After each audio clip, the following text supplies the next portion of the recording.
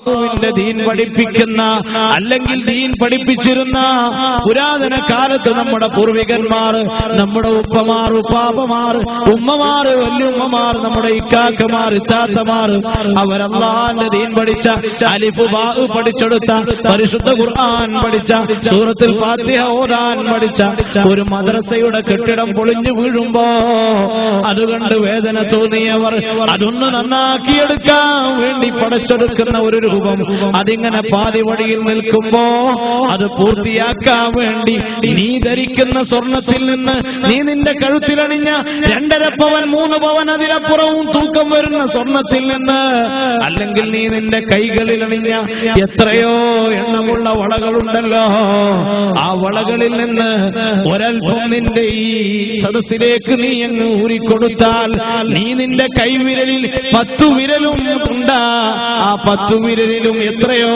എണ്ണം മോതിരങ്ങളാണ്.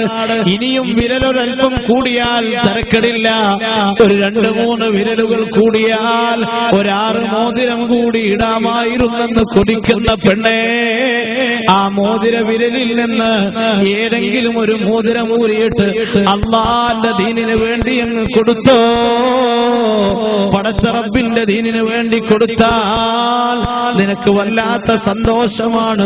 നീ നാളെ മരിച്ചു കഴിഞ്ഞാൽ, ദുന്യാവ് വിട്ട് യാത്ര പോയാൽ, നാളെ നീ ഖബറിൽ കിടക്കുമ്പോ നീ കൊടുത്ത മഞ്ഞലോഹം കടന്നു വരും, നീ ചെയ്ത സൽക്കർമ്മങ്ങൾ കടന്നു വരും, എന്നിട്ട് പ്രകാശം വരത്തും നിന്റെ ഖബറിൽ. മഹാന്മാരായ പണ്ഡിതന്മാര് പറയുകയാണ്, അവസരത്തിനൊത്ത് നിന്നെ പ്രലോഭിപ്പിക്കാൻ പറയുന്നതല്ല.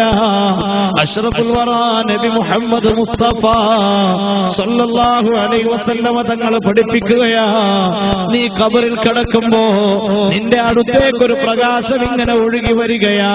നീ ചോദിക്കും ആരാണ് നീ, ആരാണ് നീ എന്ന് ചോദിക്കുമ്പോ ആ പ്രകാശം നിന്നോട് മറുപടി പറയുകയാണ്, അന അമലുക സ്വാലിഹു, ഞാൻ നിന്റെ സൽക്കർമ്മമാ.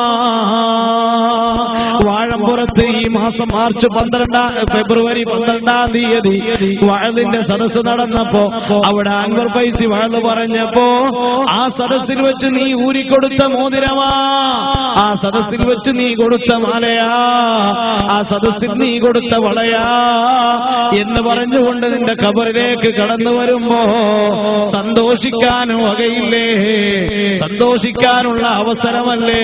അതുകൊണ്ട് എന്റെ പ്രിയപ്പെട്ട ഉമ്മമാരെ, സഹോദരികളെ, ഈ അവസരം ഉപയോഗപ്പെടുത്തണേ. അള്ളാഹു അനുഗ്രഹിക്കുമാറാകട്ടെ. അതുകൊണ്ട് ബക്കറ്റുമായി അശ്രദ്ധങ്ങളെ വരുന്നു, ബക്കറ്റിൽ ഒച്ചമുടി ഉണ്ടാക്കാത്ത സംഖ്യകൾ കൊടുക്കുക. അതോടൊപ്പം കൈവിരലിലെ മോതിരം ഊരി പിടിക്കുക. ഞാൻ എത്തിയിട്ട് ഊരുമ്പോ ഒരുപാട് സമയം പിടിക്കുക, ചിലപ്പോൾ കുടുങ്ങി കിടക്കായിരിക്കും.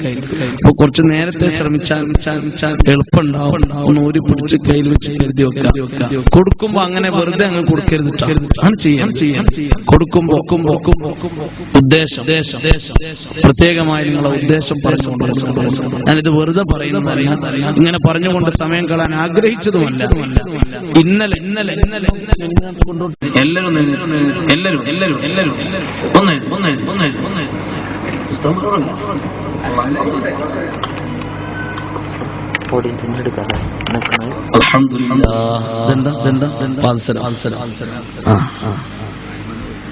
കാലമൊന്നും ഒരുക്കണം. പഠിച്ചോനെ നോക്കണിങ്ങൾ പേര് പറഞ്ഞില്ല, എന്തെങ്കിലും ആവശ്യം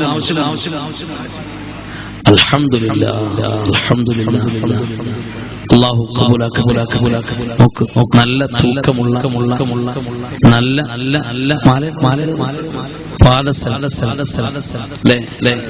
നോക്ക്, കാലിൽ നിന്ന് ഊരി കൊടുത്തയച്ചിരിക്കുക. അള്ളാന്റെ ദീനിന് വേണ്ടി ചോദിച്ചപ്പോ, പരിശുദ്ധ ഖുർആനിലെ ആയത്ത് പറഞ്ഞ് ചോദിച്ചപ്പോ നോക്ക്, നിങ്ങൾ ഈ സഹോദരി മാതൃകയാ. ഇതാര് തന്നയച്ചു, പേര് പറയരുതെന്ന് പ്രത്യേകം പറഞ്ഞിട്ടുണ്ട്. ഈ സഹോദരി മാതൃകയാണ്. അല്ലാഹുവേ, നീ കബൂലും അവര് നൽകുന്ന ആ വലിയ ദാനത്തിന്റെ പ്രതിഫലത്തിൽ നിന്ന് അവർക്കൊന്നും കുറയാതെ ഒരു വിഹിതം ആ പ്രിയപ്പെട്ട സഹോദരിക്ക് കിട്ടും. അല്ലാഹു കബൂലാക്കുമ്പോൾ ശംസുമാശ കൂടി കിട്ടിയ ഇല്ലല്ലേ കിട്ടും. അല്ലാഹു കബൂലാക്കട്ടെ. അള്ളാഹു കബൂലാക്കട്ടെ.